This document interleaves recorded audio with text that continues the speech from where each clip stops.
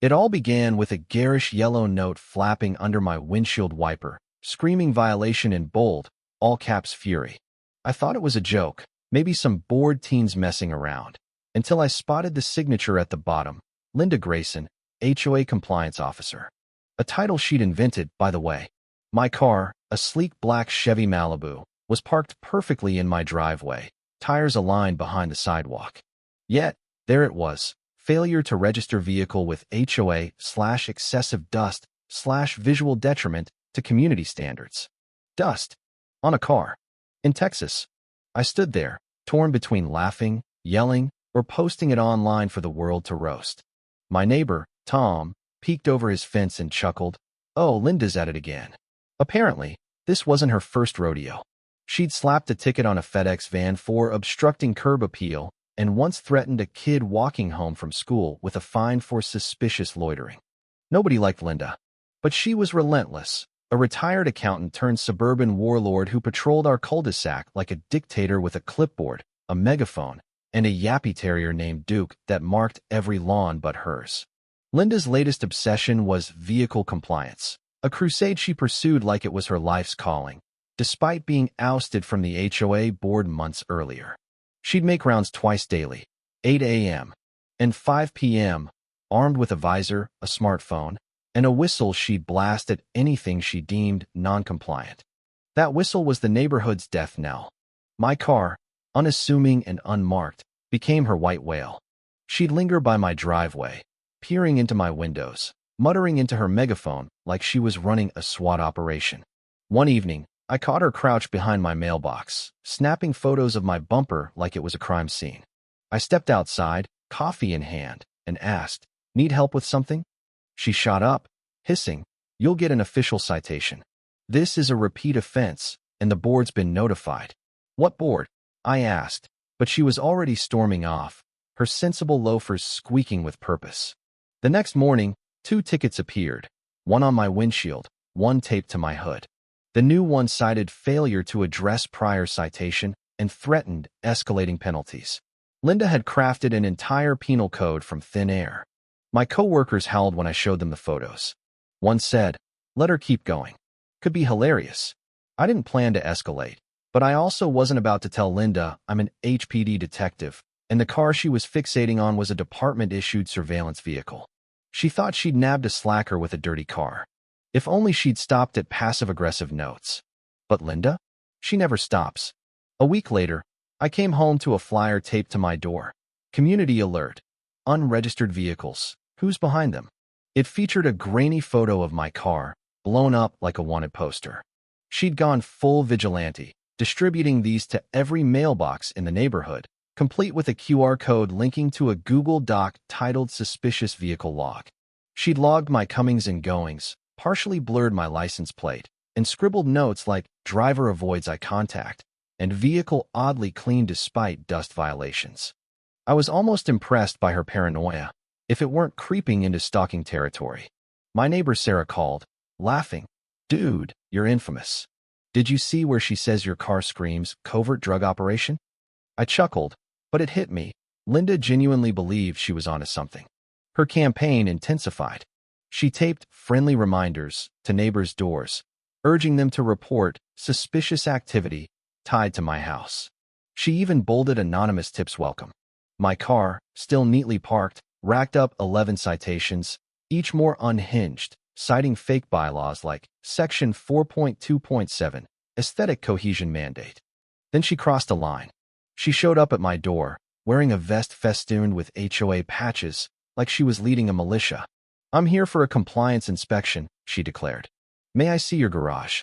"No," I said flatly. She thrust out a laminated sheet, claiming, per Ordinance 7D, residents must prove vehicles fit in their garage upon request. "That's not real," I replied. Her eyes narrowed. "I'll document your noncompliance and escalate to the board."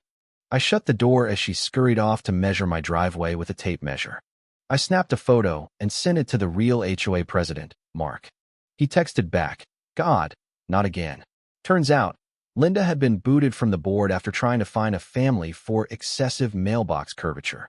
She still flashed her old badge, though, and most neighbors were too intimidated to challenge her. Then came her piece de resistance, an emergency HOA meeting at the park. She set up folding chairs and a projector plugged into her hybrid SUV. Only 5 people showed. 2 were her cousins. 1 was Duke. Her PowerPoint, foreign vehicles, domestic threats, featured my car photoshopped with flames, captioned potential street racing hazard. Sarah sent me a clip. Linda wielded a laser pointer, declaring, "If we don't act, criminals will overrun us." I couldn't resist. I showed up in my undercover gear, not my police uniform, and watched her light up like she'd won the lottery. Item 4C, she announced, vehicular disruption and criminal intent. I leaned back. So, I'm in Fast and Furious 12 now. The room snickered. Her evidence analyst, a nervous teen bribed with energy drinks, presented a photo of me in sunglasses, which Linda called a posture of evasion. "That's me going to work," I said. "My job." "And what job is that?" she sneered. I smiled. "You'll see." The meeting imploded when Mark stood up. "Linda, you're not on the board. You have no authority." She shrieked about clerical errors and a neighborhood oversight council that didn't exist. A neighbor tripped over her projector cord, killing her slideshow mid-animation. Laughter erupted. Linda turned purple, screaming about sabotage. Then she dropped the bomb. "I've called a tow truck for the non-compliant vehicle." I stayed calm, dialed a number, and said, "This is Detective Ryan Holt, badge 54213, at 214 Oakwood Commons. We've got an attempted unlawful tow of a government vehicle." Linda's smugness evaporated. "Government?" she stammered. The dispatcher's voice crackled. "That vehicle's HPD covert. Towing it's a felony." The room went silent, except for Duke's collar jangling. Sarah whispered, "She tried to tow a cop car?" Linda's empire crumbled. I flashed my badge. "Detective Ryan Holt, Narcotics Division. You've filed 11 false citations, distributed private photos, and attempted to tow an undercover unit." Her jaw worked soundlessly. "It looked suspicious," she wailed. "It's supposed to," I said. "That's the point." Neighbors gasped. Mark groaned. Sarah clapped. Linda tried one last defense. "You're a dirty cop." I slid out a document, city registration for my car, assigned to HPD. Here's the title. All legal. You, however, have been harassing an officer and impersonating authority. The room turned on her. Neighbors whispered, "She's done." Linda fled, Duke in tow, as applause broke out. But Linda didn't quit. The next day, she and 2 reluctant HOA lackeys, Greg and Ellen, cornered me in my driveway, demanding a vehicle use form she'd invented. "This is harassment," I said, handing her a city notice. "I reported you for misuse of authority." Her face twisted. "This is persecution."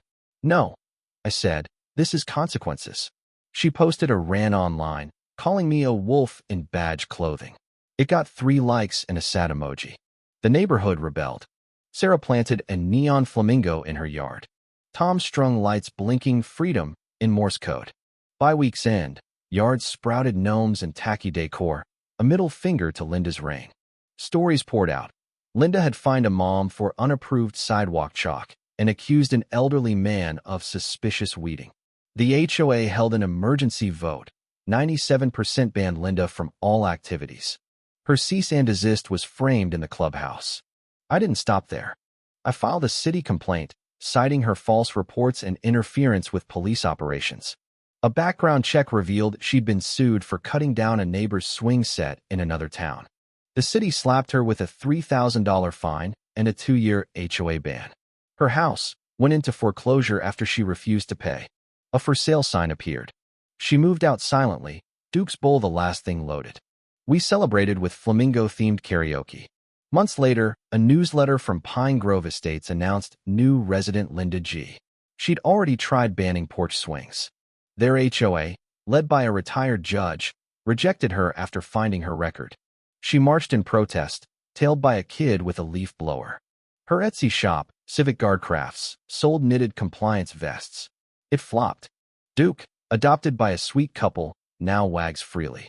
Our neighborhood thrives. No tickets, just barbecues.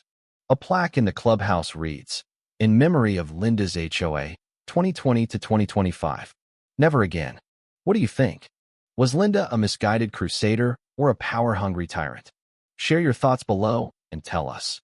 Is neighborhood teasing ever justified, or does it go too far? Drop a comment to keep the conversation going.